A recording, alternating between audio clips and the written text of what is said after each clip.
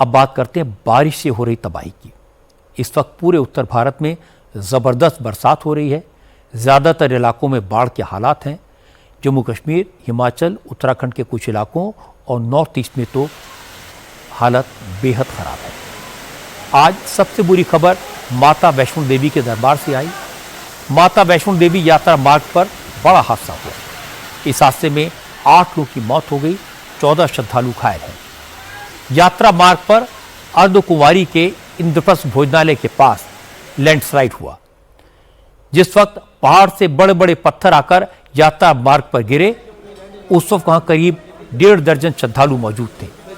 हालांकि पूरे यात्रा मार्ग पर टिन शेड लगाया गया है, दोनों तरफ लोहे का जाल लगा है, लेकिन आज बड़ी चट्टानें मलबे के साथ टिन शेड पर गिरी और वहां मौजूद हर चीज को तबाह कर दिया। बहुत से यात्री इसमें दब गए, कुछ लोग खाई की तरफ लटक गए। जिस वक्त हादसा हुआ उस वक्त कुछ लोकल लोग और श्रद्धालु ही वहां मौजूद थे, इसलिए बचे हुए लोगों ने खाई में लटके यात्रियों को रस्सियों के सहारे निकालने की कोशिश की। हादसे की खबर मिलने के कुछ ही मिनट बाद प्रशासन के लोग वहां पहुंच गए। इस वक्त भी अर्धकुंवारी में सीआरपीएफ और एनडीआरएफ की टीमें रेस्क्यू ऑपरेशन चला रही हैं। मौसम खराब है, बारिश लगातार हो रही है, पहाड़ से मलबा अभी भी नीचे आ रहा है, अंधेरा हो चुका है, इसलिए रेस्क्यू ऑपरेशन में मुश्किल तो आ रही है। प्रशासन का कहना है कि अभी कुछ और यात्री मलबे के नीचे फंसे हो सकते हैं। आर्मी के 3 कॉलम भी वैष्णो देवी पहुंच गए हैं। अब आर्मी की टीमें रेस्क्यू ऑपरेशन और वहां मौजूद यात्रियों को सुरक्षित कटरा पहुंचाने में मदद करेगी। वैष्णो देवी यात्रा को फिलहाल रोक दिया गया है। सिर्फ कटरा में नहीं, भारी बारिश की वजह से पूरे जम्मू रीजन में हालात गंभीर हैं। पिछले 3 दिन से जम्मू रीजन में तेज बरसात हो रही है। पिछले 24 घंटे में कठुआ में 155 मिलीमीटर, डोडा में 100, जम्मू में 81 और कटरा में 69 मिलीमीटर बारिश रिकॉर्ड की गई। आज जम्मू के डोडा के 2 इलाकों में बादल फटने से तबाही हुई।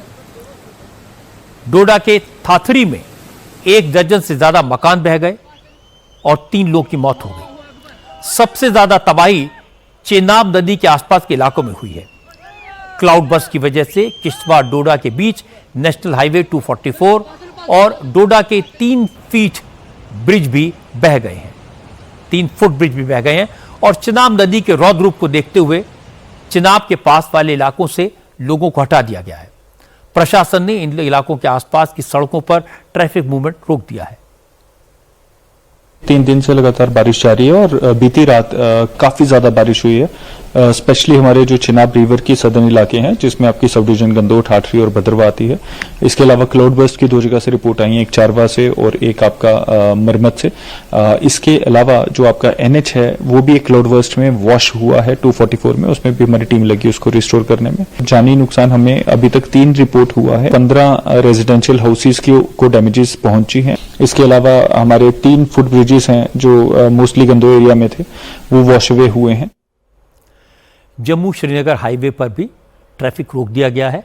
चिनाब के साथ साथ जम्मू की तारानाह, उझ, मग्गर खाद, सहर खाद, बेसन तेर और तवी नदियों का वाटर लेवल खतरे के निशान के करीब है।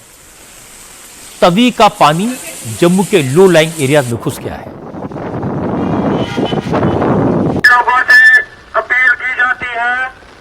तवी नदी पर बने पुल की सड़क बह चुकी है। भगवती नगर में चौथा ब्रिज का एक हिस्सा नदी में समा गया है। जिस वक्त हादसा हुआ उस वक्त ब्रिज पर गाड़ियां थी, कुछ गाड़ियां भी इस हादसे का शिकार हुई। Oh shit!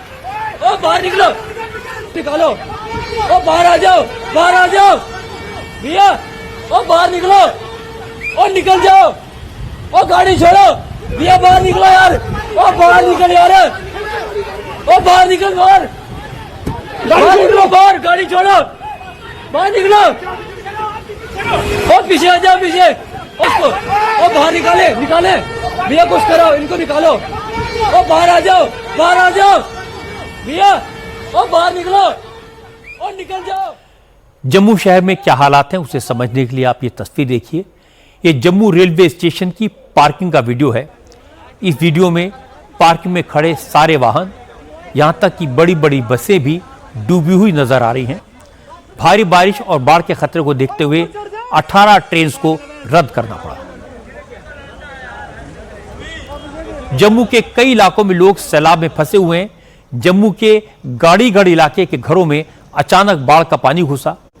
पानी इतना ज्यादा था कि ग्राउंड फ्लोर पूरी तरह पानी में डूब गया।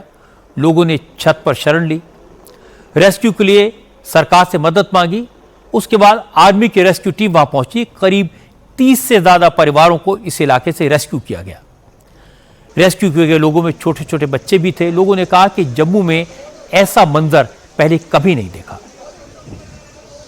सब एरिया में जो बलून नाले का इफेक्ट रहता है, उसके कारण पिछले 48 घंटे से लगातार बारिश हो रही थी, उससे बड़ा फ्लड आया हुआ है। कई लोग यहाँ इसमें फंस गए हुए हैं। सर पूरी फैमिली, होल फैमिली फंसी थी। एक परिवार नहीं था यहाँ पे, एटलीस्ट 4 और 5 परिवार थे। ये बच्चा देखो, 2.5 साल का बच्चा यहाँ पे सर्वाइव कर रहा है इस बारिश में। खड़े हो गए, आप ही बताओ ना क्या कर सकते हैं। 7 to 10 जितने भी हाउसेज है सारे कंप्लीट हो चुके हैं, पूरे खत्म हो चुके हैं यहाँ पे। ये बारिश तो नेचुरल है, इसके आगे तो कोई जोर भी नहीं है। सर मॉर्निंग से ही जब से पानी आया हुआ है तब से हम अंदर ही थे।